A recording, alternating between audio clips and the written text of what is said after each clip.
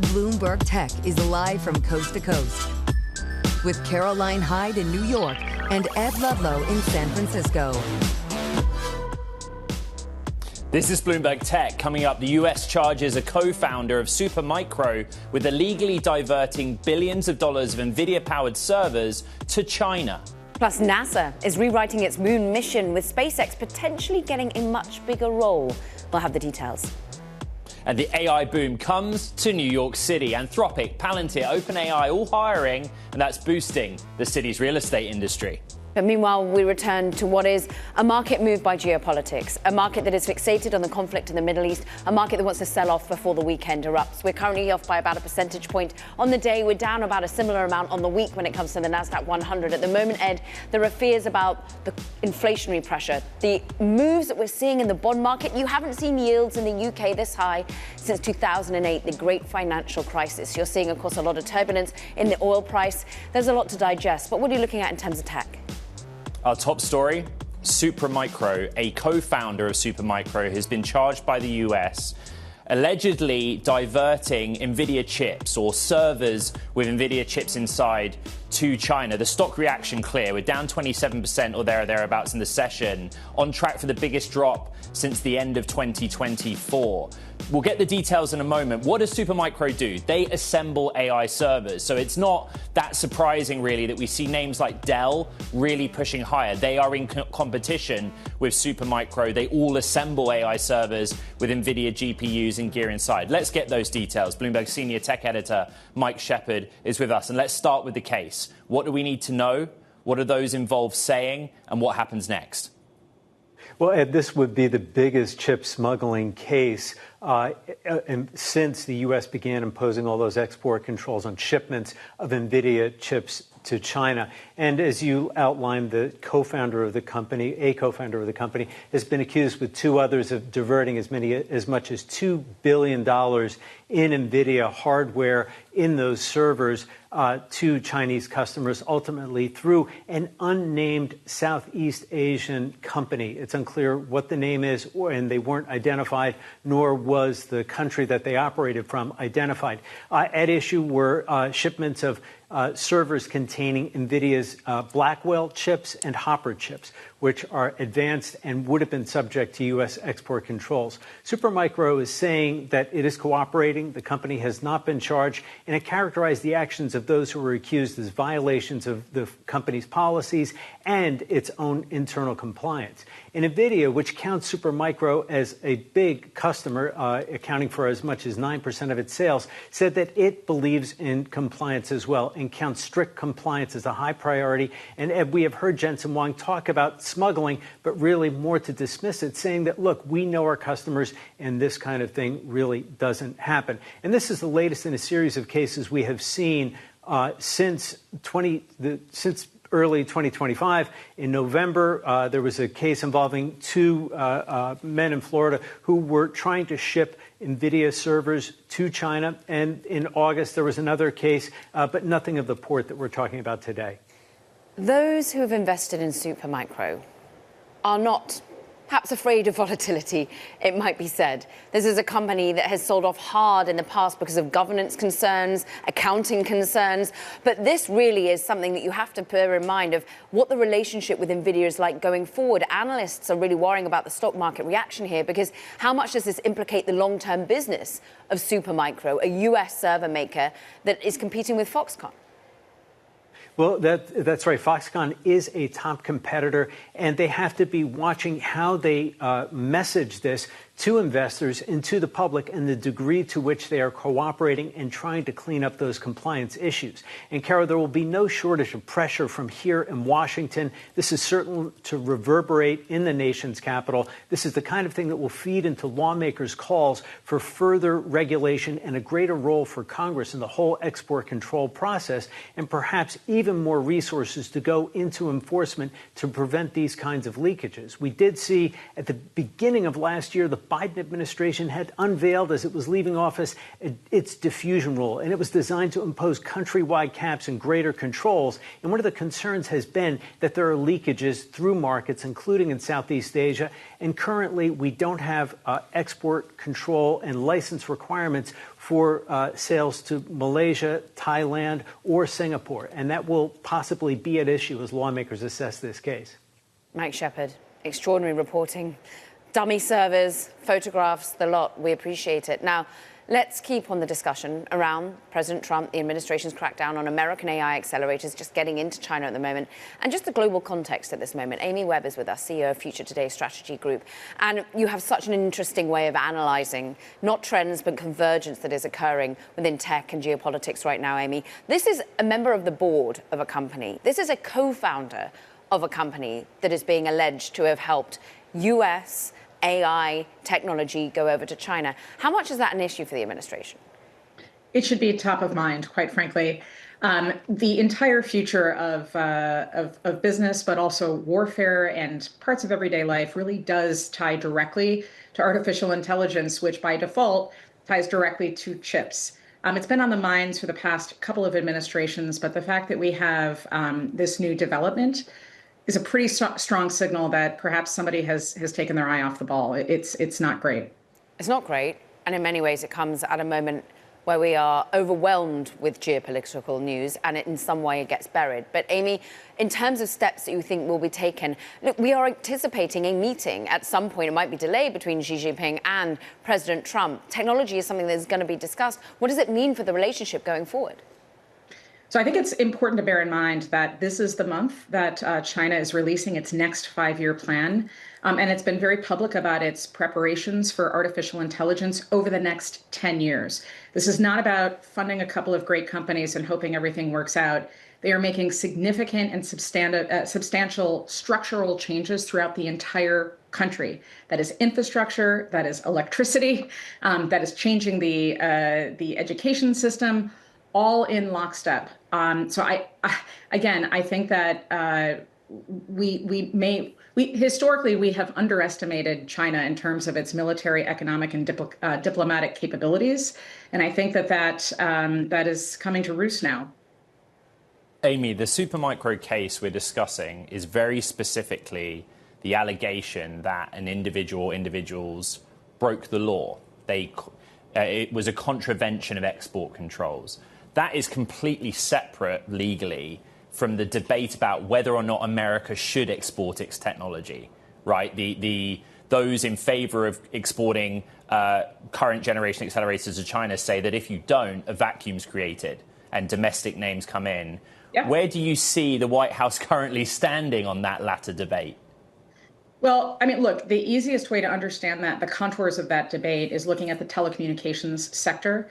Huawei has become dominant globally in exporting some of the core components that go into telecommunications. That has obviously given China a leg up. You know, we really need to think strongly about what we're creating and what we're exporting and how we are starting to exert our opinions in different markets around the world. Again, coming back to the relationship for just a moment, you know, we've got a war in the Middle East. We have economics issues here in the U.S. We've got a potential or ongoing, depending on your point of view, chip and AI war between the United States and China. This is a multi-front issue that this administration is dealing with across a multitude of different technologies, different geopolitical outcomes. You know, this is something that I don't think we can afford to brush aside, whether or not it was a single actor. The point is, this is one of several cases where we've had to have a good hard look at chips between the U.S. and China. Amy, this past weekend, you gave a keynote at South by Southwest, and you announced that after 18 years, you're killing your tech trends report. And you've basically, and correct me in my summary, said that there's no point in looking at backward-looking data and trends. You now have a convergence outlook. In the time we have left, about 60 seconds, explain it to us. Sure, we did throw a funeral this weekend for the thing that we were most famous for. Look, executives are very caught up in what is trendy versus what are the longitudinal changes impacting their organizations, the market, their ability to compete. Rather than tracking individual trends, it's incredibly important that they start looking at the intersection between trends and uncertainties and catalysts. Those are called convergences. Every boardroom, every leader needs to start tracking those seriously because the fate of their ability to survive and weather the storms that are ahead are dependent on having that information at their fingertips. Amy Webb, CEO of Future Today Strategy Group. Thank you very much. Now, coming up in the program, NASA shakes up its moon landing plans and SpaceX comes out ahead. We have the Bloomberg report next. This is Bloomberg Tech.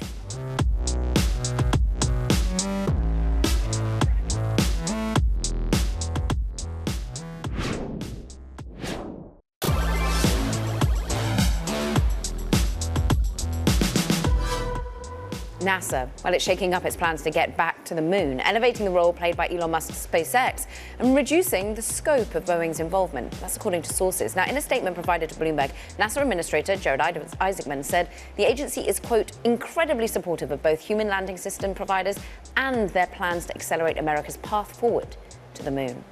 Let's get you the context. Bloomberg space reporter Lauren Grush, who worked on this with Ed. And look, tell us, Lauren, about what this implication really means for how new actual astronauts, human beings, get to the moon. Right. So under the original plan, Boeing's built SLS rocket, which NASA owns, would have played a substantial role in propelling astronauts to the moon. So astronauts flying inside the Orion crew capsule would have launched on top of the SLS, which would have sent them to the vicinity of the moon. From there, the capsule would have gone into the moon's orbit, and it would have met up with SpaceX's Starship rocket there. But that plan is now changing. So the plan now is for the SLS to launch Orion to Earth orbit, much closer to home. And in that orbit, Starship will meet with Orion. They will dock, and then Starship will propel Orion to the moon and put it into a low lunar orbit. So what does that all mean? Basically, the heavy lifting of sending Orion to the moon is now being done by SpaceX's Starship, not the SLS as originally designed. Lauren, there's a few other things we should say, which you and I have been over in great detail in the last 24 hours. The first bit is that there are two plans that have been greenlit. There's a Blue Origin proposal in parallel. It's just that we don't know what's in the proposal yet. We're working on it. And then the other part is, just reiterate, SLS still plays a role. And then you've got SpaceX with a basically 2-year deadline to prove that Starship can do a mission end to end. Yeah, I think you laid it all out pretty clearly. So just to be clear, NASA has challenged both SpaceX and Blue Origin to move more quickly with their lunar lander designs.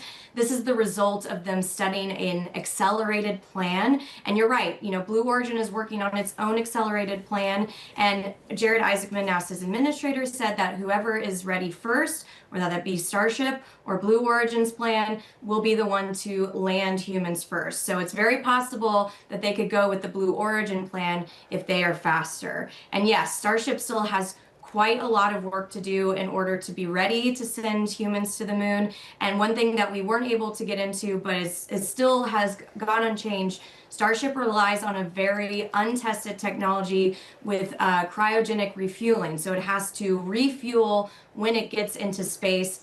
Imagine filling it up at a gas tank, but that involves sending multiple Starships back to back to back in order to get enough fuel to send to the moon. That's no small feat, and they have yet to even demonstrate that in space yet. Bloomberg's Lauren Grush, top reporting. Thank you very much. Let's stick with US space ambitions and bring in Laurie Lesham, former director of NASA's Jet Propulsion Lab, now a professor of space futures at Arizona State University. And back in 2010, actually, a little more involved in human spaceflight, right, as Associate Deputy Administrator of Exploration Systems Mission Director at NASA HQ. So Lauren laid out the reporting, right? And, when we broke the story yesterday, industry took a long time to analyze what the proposed changes are. But basically, SLS or Starship, your evaluation of the options on the table. Well, it's both and in this case, that in fact, we're still going to be launching a lot of SLSs. And so in some ways, the changes to the Artemis program that NASA has already confirmed, which, by the way, this change they haven't confirmed, right? So we need to wait and see for sure. But they have announced a lot of changes, including more frequent launches. More frequent launches of the SLS is very good for Boeing. So it's good for SpaceX, it's good for Boeing. I really have to give Jared Isaacman at NASA a lot of credit for pushing everyone to go faster, for taking a hard look across every element of this program. And those that where it's behind and there's another option, trying to take those roads. Absolutely right. And Lauren, Mai, and Julie Johnson's reporting is all according to sources. You're absolutely right that the status of the SpaceX and Blue Origin proposals is not yet confirmed by NASA. NASA also says, by the way, it's completely committed to SLS through Artemis 5. But, I'm really interested in your evaluation of Starship as an option, bearing in mind that for all of the testing so far, Starship has not really ever completed a test mission end-to-end. Factor that in, please. Yeah, I mean, look, when I was at NASA, as you just mentioned, my earlier role was right at the beginning of our investments in the Commercial Crew Program, and Elon used to have to come in and pitch to us about the status of them getting ready to do that. And what I would say about SpaceX is I'd never bet against them to eventually get there because their capability is so strong. But they've got a ways to go with Starship. They haven't yet had a fully successful orbital test flight. And that's just getting the thing into orbit. Then you've got to learn how to use it, operate it in space, learn how to refuel it before you even get to transporting astronauts, across interplanetary space to the moon, and then landing on the moon, which is no easy feat as well. So a lot more steps to go, but they're making progress, and NASA is pushing them and Blue Origin and all of our fabulous industry partners involved to get to meet their commitments, to meet their schedules. It's time to move. It's time to move. And they're all pretty busy. Blue Origin, we understand there's reporting elsewhere that Blue Origin's busy thinking about getting satellites up in space so it can help with data centers and powering data centers in space. Laurie, just from a focus of what should be prioritized at this time, is it getting humans to the moon should be number one focus right now? It is the number one focus. And I think we have back in 2010, 2011, when I was in NASA human spaceflight, was when this program was born. Okay, it's when the SLS came into being. We had the Orion, and yet here we are 15 years later and still haven't sent astronauts beyond low Earth orbit. And we'll do that very soon with the upcoming Artemis 2 mission. But it's time to go and get this and establish our presence in deep space for good. And that's really what the Artemis program is about. Laurie Lesham, former head of NASA's JPL, professor of space futures at Arizona State University. Thank you very much. Now, coming up, AI is facing a wave of public skepticism, and big tech is on a charm offensive. We've got more on that next. This is Bloomberg Tech.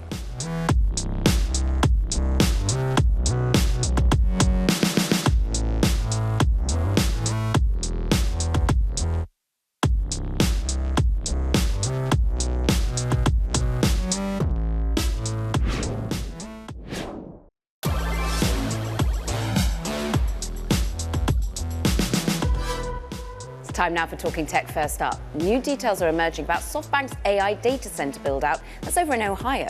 The complex will be capable of drawing 10 gigawatts of power and is planned to be powered by roughly $33 billion of natural gas-fired electricity. It's set to be fully installed by the end of the decade.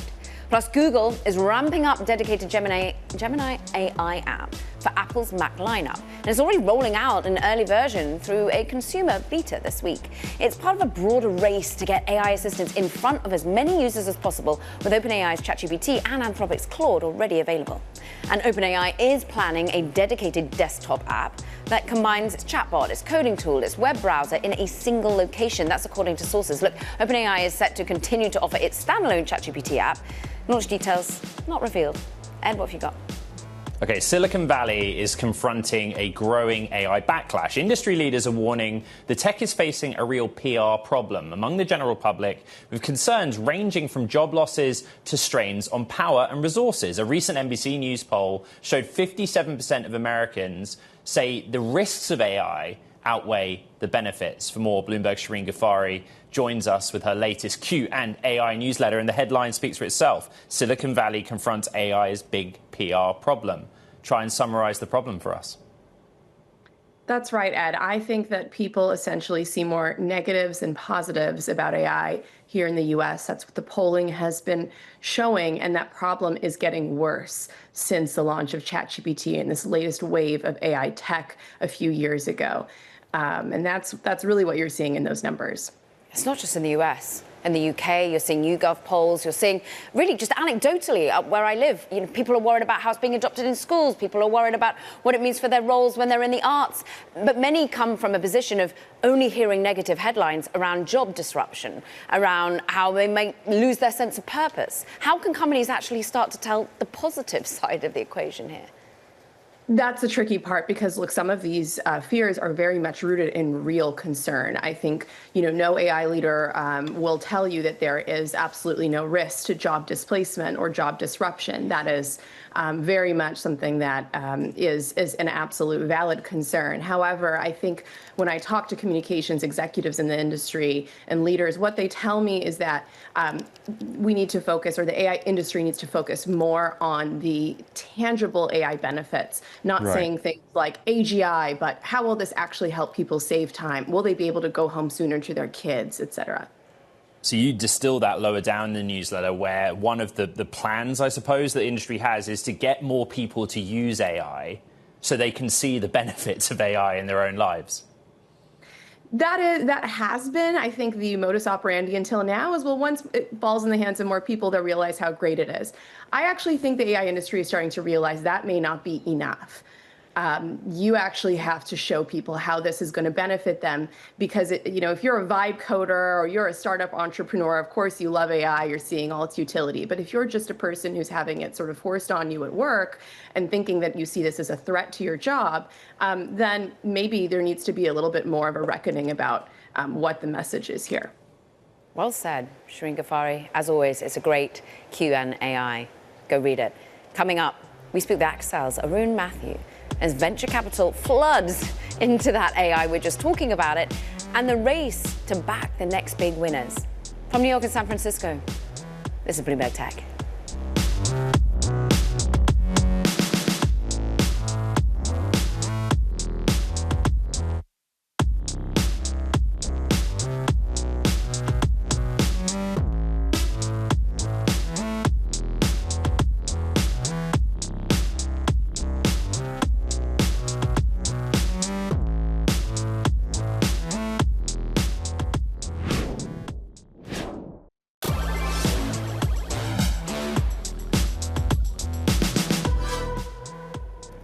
Welcome back to Bloomberg Tech. I'm taking a look at the NASDAQ 100. It's down in Friday's session and actually on the week down about 1.5%, on track for its fourth straight week of declines, matching the longest streak of weekly drops from exactly a year ago. March of 2025 is when it had 4 straight weeks of drops. The story in the markets is really the war in Iran and the idea that there is no evidence thus far that shows any signs of easing.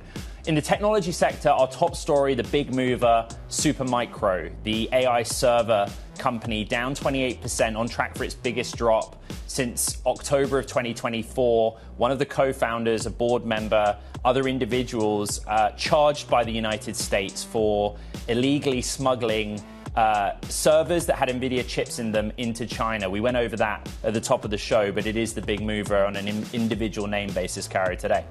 Look, let's keep talking about AI, but about the rivalry, Ed, that is heating up, because Elon Musk's xAI is actually sending engineers directly into prospective clients' offices, trying to win business away from the likes of OpenAI and Anthropic. And look, the hands-on approach appears to be working some. xAI has already landed a deal with Shift4 Payments. Now, for more, Bloomberg's tech editor, Seth Lingman, joins us. Look, if you know the background of Shift4 Payments, maybe you're not that surprised, given Jared Isaacman had set up that company. But is it working more broadly than that, Seth? It's still notable. Yes, it's an ally of Musk, but also a lot of xAI's business to date has really just come from Musk's other ventures. So even that represents an expansion. And I think stepping back from it, it shows that xAI is shifting its business playbook a little bit here and mirroring what we're seeing OpenAI, Anthropic, Mistral, and other AI developers do, where they are leaning more on almost acting a little bit like a consulting firm, where you deploy engineers into potential corporate customers to help kind of provide a white shoe service that helps them get more comfortable on how to adopt and make the most of AI services. FDE, forward deployed engineer, which is a strategy, as you noted, like Palantir's done that from the off. There's quite a lot of Palantir alumni at xAI. The bigger context is like xAI is doing battle with Anthropic and OpenAI to win customers, right? That's what it all comes down to. Yeah, it wasn't always clear to us that they were interested in engaging in that full-throated enterprise battle. It seemed like they were pretty comfortable just, kind of trading business with Musk's various ventures and with the government. So this sort of indicates that they are looking to, significantly bolster adoption among Fortune 500 companies and, justify the cost and valuation of this company. Look, is there a perception issue that xAI has to deal with when it goes inside these businesses? Because from a government perspective, you've heard key Democratic voices coming out saying we're worried about, the use of xAI in government because sometimes it's been more controversial, shall we say, generative AI chatbot. How is that sitting with corporates? Yeah, I think from an outside perspective, it still often feels like this company makes news more for the controversies around Grok than for its capabilities. That said, when you look at leaderboards, Grok's technology does place reasonably high. And I think what we heard in this particular story is that some companies see the integration with Musk's X social platform as a real asset here, specifically when you're talking about automating customer service and support functions, because they can kind of tap into the real-time pipeline of data from X to get customer sentiment, and that might really be impactful for a certain constituency of Fortune 500 brands. Seth, I think we should probably just get to this and say it out loud. xAI is owned by SpaceX. It is a wholly owned subsidiary of SpaceX, largely due to ITAR rules. But until this point, that was the big story. And you mentioned a moment ago, we didn't know what their enterprise ambitions was. A part of that is because they live within Elon Inc. Can you just explain the basics? Yeah, I think there's been a lot of, turbulence post that merger. On the one hand, I think that probably empowers xAI with more resources and can kind of rethink some of its debt. And as they prepare to go public, certainly as a combined entity that provides more resources. On the other hand, we've seen a tremendous amount of turnover from their founding staff and other technical support staff. So I think they're trying to figure out how to, expand and standardize their services for more companies. Bloomberg's Seth Figgerman, thank you very much. In other news, Coatue Management is gearing up to launch a new fund to wager on public and private AI and tech innovation companies. That's according to sources. A sign the firm's rethinking its long-only investing strategy as more startups stay private for longer. The vehicle will target publicly traded companies, bet on late-stage growth startups, and will have the ability to sell its positions and hold cash if it chooses. Kara. Oh, great. More competition for late-stage private companies, it feels, because AI remains one of the hottest areas for venture capital, drawing billions in fresh investment as firms race to back what are perhaps then the next wave of winners, too.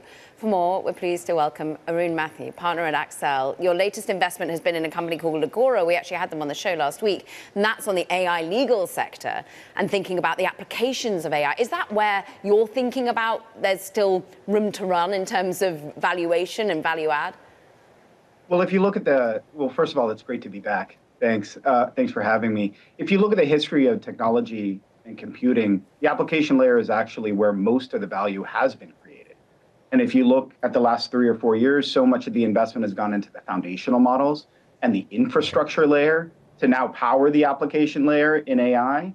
And we're just on the cusp of that. And so I think you are going to see a lot of funding, but also really incredible revenue growth and opportunity at the application layer. Arun, what's so interesting is we had Gradient on, for example, who just raised funds, and they're very much early stage investors, but they feel that there is a bubble at the moment in the foundational layer and maybe other parts of AI. But then when you speak to other key VCs, and look, we've had them raising enormous funds. You've got Thrive, you've got talks about General Catalyst. They're saying, you're not getting it. just the value that we're about to see? We are on the very beginning of this. Arun, where do you sit on the bubble mentality? Yeah, I think you kind of have to hold two things at once in your mind, which is a really difficult thing. I think there's an incredible opportunity, and we're seeing companies in our portfolio that are growing faster than we've ever seen before. I mean, the numbers are truly astronomical. And I think oftentimes investors and other people think about this as the next evolution of software. I actually think it's a different paradigm. It's the reinvention of work. And I think legal is a really good example of this. If you look at legal software, that's a $5 to $10 billion revenue market globally. It's a good size, but it's not huge. But if you look at the amount of spend in legal that goes towards work and labor, that's $1 trillion globally. And so you have to think about AI, and particularly as we move towards agents that are executing work end to end, as a function of the labor market, because some of that will transform to agentic work. And so 5%, 10%, 15% of that, which is not an unreasonable percentage, is still a $100 billion market. And so I think you're seeing this divergence in the market. People that think about this as productivity enhancers for humans, just an evolution of software, and others that think about this as a reinvention of work. And I think that's where you see a divergence. That said, there is going to be a fallout in the market, and there are bubble tendencies that are forming. I think there are going to be fewer companies that are actually winners in this next era, and we could talk about that. So many questions. I mean, I'm never going to turn down the opportunity to get into the impact of agentic on labor economics. We do that a lot. But the question that I have for you, right, if you take any of the companies that you've backed and this application layer, the criticism or accusation is that they're just wrappers for something more substantive underneath, usually Anthropic at this moment in time. What's the counter argument to that, Arun? Yeah, this is the big debate right now, whether the horizontal models are going to own everything. And I should note, we're investors in Anthropic, but we're also investors at the application layer. If you look at companies like Cursor or Basis or Campfire or Legora, these are really interesting applications that are in incredible verticals like legal and finance and healthcare. And our belief is there's room for both to be really, really successful. Obviously, the models are doing incredibly well, innovating at a rapid pace. Intelligence is increasing at an exponential curve, even faster than what we anticipated. At the same time, the last mile of delivering real value to the end customer is really hard. There's security, there's compliance. We talked about deploying forward engineers into a lot of these organizations. There's change management. I think a lot of people underestimate how difficult that is, particularly if you have to produce a solution or provide agentic work that has to be accurate and thorough. It's really hard to get that last mile right. But I think that's where a lot of the value is created.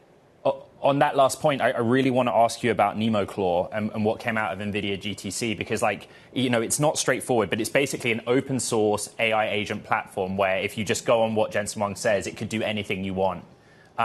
You invest in really interesting companies at different stages, but if NVIDIA comes out with NemoClaw and says this is what it can do, what's the point?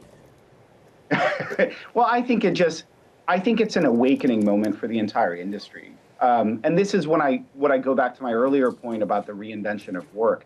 I think there's a world in which every person is going to have a set of agents for personal and professional use cases. And that's not going to be one company that owns it all soup to nuts. It's not going to be the model companies. It's not going to be the hardware players. It's not going to be one single application company. There are going to be an ecosystem of players that's going to provide this agentic platform. In the same way that we didn't imagine that every single person is going to have a PC on their desk. When Gates said that 30 or 40 years ago, that was so innovative. Now, that makes sense. I think this is where the future is going. Arun Matthew of Excel Partners, it's great to have you back on the program. Really, really enjoyable conversation. Thank you very much. Now, social media companies in the US are under pressure as Meta and YouTube await the outcome of a landmark trial, with the jury still deliberating on whether these platforms harmfully hooked young internet users. This all comes as Australia celebrates 100 days since its ban on social media for teens took effect. The team at Wall Street Week took a deep dive. Listen to this. Long before Australia's social media restrictions took effect, Sydney father of 5 Danny Alaji knew his eldest daughter's mobile phone was causing more harm than good. It completely overwhelmed all her spare time. She was no longer reading like she was previously. She was no longer engaging with her siblings. Every spare moment was spent attending to those pings and dings. In 2022, 32% of U.S. teens said social media is mostly negative, and that share has gone up to 48%. Look, I think this is a really complicated topic and one that can't be solved by just quick fixes or blanket bans. Individual choice and parent choice plays a big role in how young people should be spending time on social media and technology. For social media companies, teenagers are an important demographic. Late last year, the Washington Post reported on internal memos from the head of Instagram, telling its teams in 2024 to be, quote, laser focused on teens. If we had age limits around the world, how materially would it affect the bottom line of the social media companies? I think what would happen is that over time, people would get less in the habit because you get to develop these habits younger. And so there'd be less of the habit of using social media as they get older. You'd have fewer of these network effects. Over the long term, it would be detrimental to the growth of these platforms. You can watch a full episode of this edition of Wall Street Week on the terminal or online. Coming up, back to space. Firefly CEO Jason Kim, who joins to discuss the rocket company's latest earnings. This is Bloomberg Tech.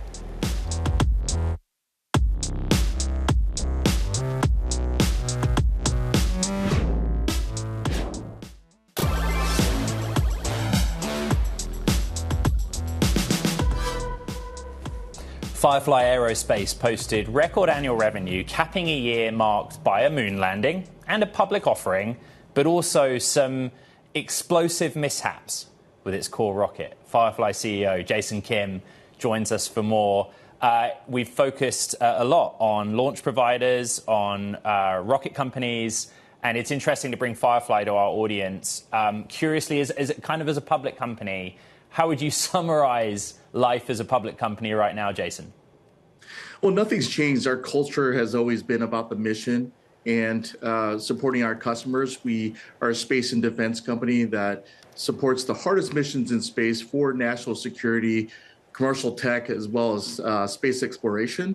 So we continue to focus on execution, and we just are coming off of the last week successful Alpha Flight 7 launch. That was flawless, and we're building that on that momentum as we build our second moon lander, Blue Ghost Mission 2 for NASA. As you know, we were the first commercial company to successfully land on the moon last year, and we're going to build upon that momentum by our second Blue Ghost mission to the far side of the moon this time. And if you heard the NASA Administrator Jared Isaacman, he wants to take these robotic lander missions and do it every month starting next year. And so that's a huge upside opportunity for Firefly. To summarize, we're showing Alpha right now, but if you split it into parts, you launch rockets, you build lunar landers, you develop space vehicles that move satellites in orbit, right? And you reflected on some of your defense work as well. Which is the biggest priority for you right now? What does the balance of this year hold? And if you remember, we also acquired our SciTech subsidiary. They're a AI software company that develops not only the software applications, but the framework that go on the terrestrial data centers. So if you think about it, we have the capability, the entire space ecosystem, to launch our satellites, build and operate our satellites on orbit, and now process that data using the SciTech AI algorithms on orbit. And that's huge because there's a lot of emphasis on space-based orbital data centers. There's a lot of emphasis and reignited focus on the moon. And there's also a lot of upside opportunity with things like Golden Dome. So we have all the entire ecosystem to make those programs into reality. What's interesting, Jason, about Firefly Aerospace has really been how you're able to focus on the price and the operational efficiency at this moment when it comes to NASA making this all much more competitive and the idea that we're going to do this at a cut cost. How are the supply chains? How are you finding the ability to create margin, be able to put these lunar landers there without explosive costs? I think it's because of the commercial advanced technology that we bring to the table. On the first Blue Ghost mission 1 that successfully landed on the moon last March and did 14 days of surface operations for NASA, that was around $100 million. And if you remember, there are 5 nation states that did it before us successfully, and they had billion-dollar budgets. So for at least 1/10 of the budget, we were able to successfully land autonomously on the ground on the moon's surface. We are doing really well with our supply chain, but I think what would help even more is we're in discussions with NASA about block buys. If NASA wants to do monthly cadence of these robotic missions to the South Pole of the moon starting next year, well, block buys really helps you with making your supply chain demand more predictable and stable and hold strategic inventory. So I think that's a key factor and driver to make things, more, better for the supply chain and for Firefly and for NASA in the future. See if that message gets to Jared Isaacman and the rest of the government. Jason Kim, we appreciate you, CEO of Firefly Aerospace. Now coming up, the AI boom is coming to New York City and lifting its real estate industry. Well, next, this is Bloomberg Tech.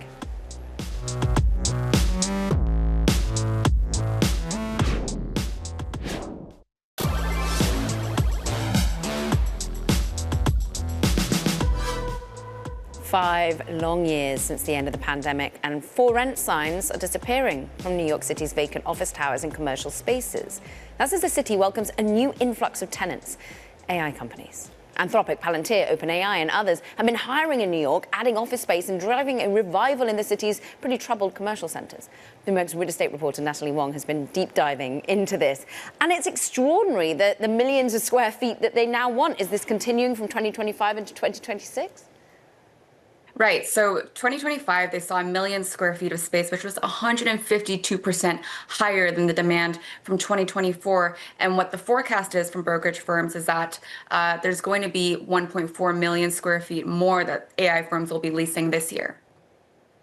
We have the data right, and the data points are really interesting. You can either do it as like leasing percentages or square footage, but also in the story, you kind of depict where this is happening. Like it's a high concentration in Manhattan. Right, it's a very high concentration in Manhattan, and we're actually seeing that it's given a boost to parts of the office market that's really needed, a boost from tech tenants, including places like Midtown South, even downtown Manhattan. These are markets that really took a dive during the pandemic, and while we saw Park Avenue, Hudson Yards, places like Midtown Manhattan sort of revive due to the demand from finance firms that were a lot quicker to bring their workers back to the office, other parts of the market were lagging because tech firms were slower to bring back workers. But since 2024, we've seen firms like Microsoft, Amazon start to bring workers back to the office in a meaningful way. And we're also starting to see a lot of startups that really want this in-office type of startup culture. And they're starting to look for spaces in places like Midtown South. Specifically, we're seeing clusters around the Flatiron District, around Madison Square Park, where a lot of AI firms, both the more established big firms are setting up shop, and also smaller firms that are looking to be around that energy. I mean, I've spent some lovely time in the Puck building of late, which of course is where Thrive Capital is, but also OpenAI is. And Natalie, what's so interesting is all of this was at the same time as everyone was like, this new New York mayor, it's going to cause consternation. All these billionaires are going to leave, or big companies are going to leave. That hasn't happened.